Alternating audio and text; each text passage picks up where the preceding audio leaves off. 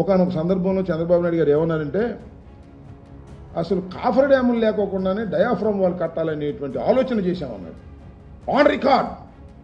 మళ్ళీ ఇంకోసారి చెప్తున్నా, కాఫర్ డ్యాములు లేకోకుండానే డయాఫ్రమ్ వాల్ నిర్మించాలి అని మేము ఆలోచన చేశాం అన్నాడు. ఏం ఆలోచన అబ్బాయి నాకు చెప్పు. నువ్వు చాలా తెలివిగలడు కదా, మాకేం తెలివితే కూడా మొద్దులు, మాకేం తెలియదు, అవగాహన లేదు. నీకు పెద్ద బ్రహ్మాండమైన అవగాహన ఉంది, 40 సంవత్సరాల రాజకీయ జీవితం ఉంది, చాలా నైపుణ్యత ఉంది, నీటిపారుదల విషయాల్లో నీకు అద్భుతమైనటువంటి నాలెడ్జ్ ఉంది.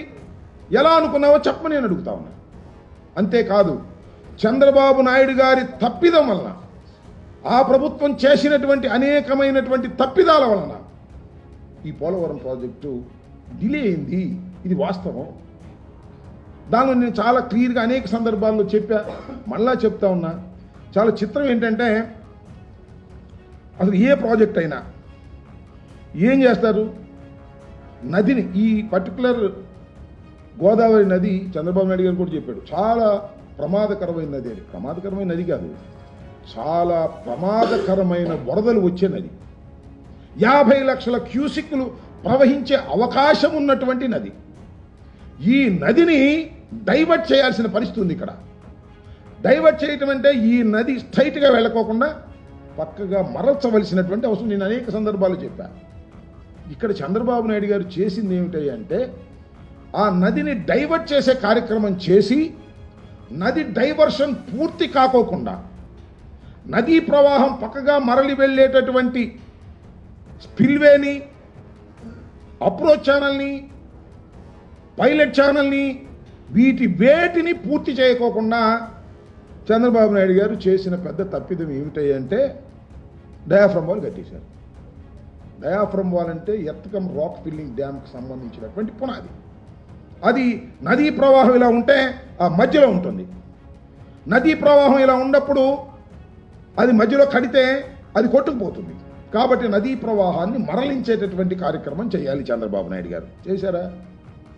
అయ్యా చంద్రబాబు నాయుడు గారు the most knowledgeable person, most senior politician భారతదేశంలోనే, నీటిపారుదల మీద అవగాహన ఉన్నటువంటి వ్యక్తి, ఏం చేశారు మీరు అడుగుతా ఉన్నా. మీరు ఆ డయాఫ్రమ్ వాల్ని 2016లో గ్యాప్ 2లో నిర్మాణం ప్రారంభించి ఒక చరితాత్మకమైన తప్పిదం చేశారు. ఆ నది డైవర్షన్ పూర్తి కాల, స్పిల్వే పూర్తి కాల, అప్రోచ్ ఛానల్ పూర్తి కాల, పైలట్ ఛానల్ పూర్తి కాల. పూర్తి కాకుండా మీరు డయాఫ్రమ్ వాల్ వేశారు. కాఫర్ డ్యాములు పూర్తి చేశారా? కాఫర్ డ్యాములు పూర్తి చేశారు. సగం కాఫర్ డ్యాములు పూర్తి చేశారు. తర్వాత ఏం జరిగింది? ఈ కాఫర్ డ్యాములు పూర్తి చేస్తే నదీ డైవర్షన్ కంప్లీట్ కాకపోతే ఈ కాఫర్ డ్యాములు కొట్టుకుపోతాయి. కాబట్టి కాఫర్ డ్యాముల్లో గ్యాపులు ఎట్టి పెట్టాలి అనేటువంటి నిర్ణయానికి వచ్చారు. మీరే చివరికి అట్టి పెట్టారు.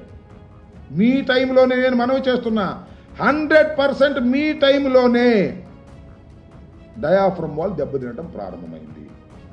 Not only diaphragm wall, coffer డ్యాములకు ఉన్నటువంటి జెడ్ రౌటింగ్ అని ఉంటుంది కింద, దానికి కూడా డయాఫ్రమ్ వాల్ లాగానే ఉంటుంది.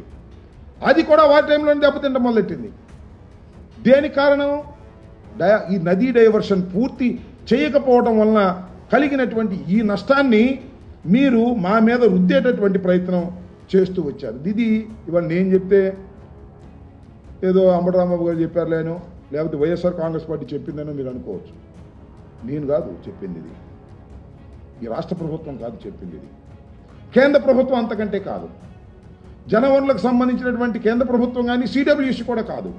మేము డయాఫ్రమ్ వాల్ అయితే ఎప్పుడు కొట్టుకుపోయిందో, ఈ డయాఫ్రమ్ వాల్ని కొత్త దాన్ని వేయాలని నిర్ణయించారో, ఆ నిర్ణయించినప్పుడు మేము రాష్ట్ర ప్రభుత్వంలో ఉన్నప్పుడు మేము ఒక రికమెండ్ చేశాం. అయ్యా ఇది దేశంలోనే ఉన్న నిపుణులతో ఒకసారి పరిశీలన చేయండి, ఇది చాలా ఇంపార్టెంట్ ప్రాజెక్ట్, ఇది జీవనాడి, ఇది డాక్టర్ వైఎస్ రాజశేఖర రెడ్డి గారు ఫౌండేషన్ వేసి ప్రారంభించినటువంటిది, రాజశేఖర రెడ్డి గారు కలలుగన్నటువంటి ప్రాజెక్ట్ ఇది.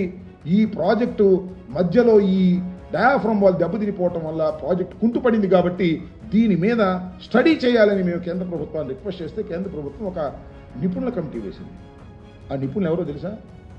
ఆంధ్ర వాళ్ళు కాదు, ఇండియా వాళ్ళు కాదు, 2 కెనడా వాళ్ళు, 2 యుఎస్ వాళ్ళు, 4. వీరెవరు? ప్రపంచంలోనే నీటిపారుదల మీద, ప్రాజెక్టుల మీద అత్యంత అనుభవం నాలెడ్జి ఉన్నటువంటి వాళ్ళు. బహుశా చంద్రబాబు అంత నాలెడ్జ్ లేకపోవచ్చు.